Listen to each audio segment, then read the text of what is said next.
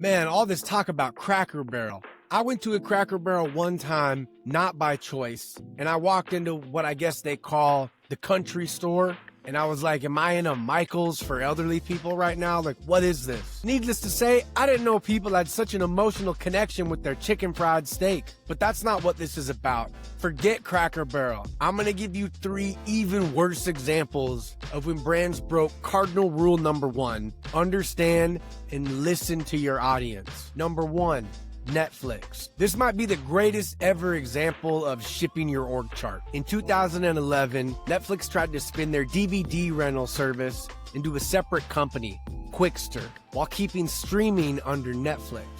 Why?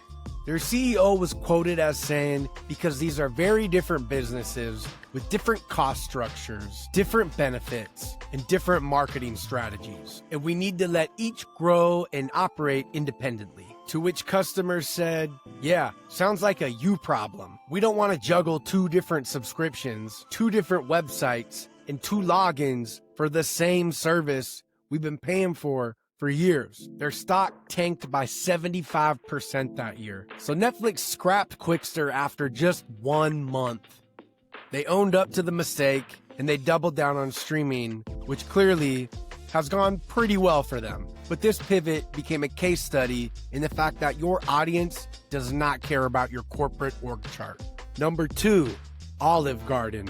The garden. In this example of customers love this. So let's take it away from them. We come to good old Olive Garden. In 2014, the company's investors were putting pressure on Olive Garden to cut costs and become a more authentic Italian dining experience.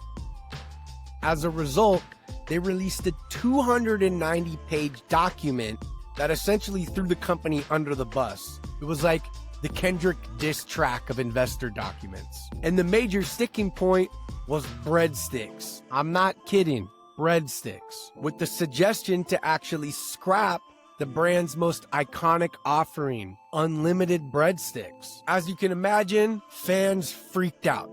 Breadsticks were basically the only thing holding Olive Garden's brand together, and their customers felt that it signified generosity, indulgence, and just general comfort. But these investors forgot that to make their money back, you need to delight your customer base, not absolutely piss them off by taking away their favorite thing. As you can imagine, after the public uproar, Olive Garden had to quickly come out and put out a statement saying, we are not taking breadsticks away.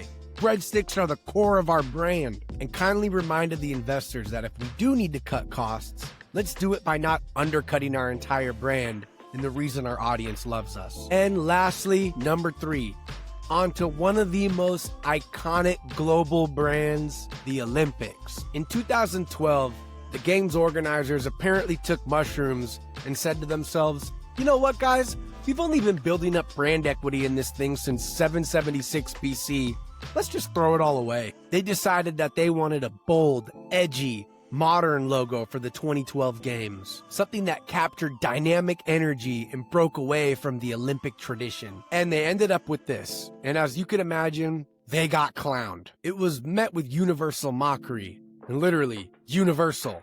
This is the Olympics. The whole world hated it. People said it looked like jagged puzzle pieces, graffiti gone wrong, or some people even said it looked like Lisa Simpson doing something R-rated, which, okay, interesting imagination, guys. But in essence, the Olympics forgot for a second that they're not the X Games. They are the Olympics. You are maybe the greatest representation of tradition in culture, and that's why people love you. And well, we never saw them stray the path again. So yeah, it's bad for Cracker Barrel right now, but I don't know. To me, it just doesn't rank as high as some of these blunders. Hope y'all enjoyed that. Have a good day.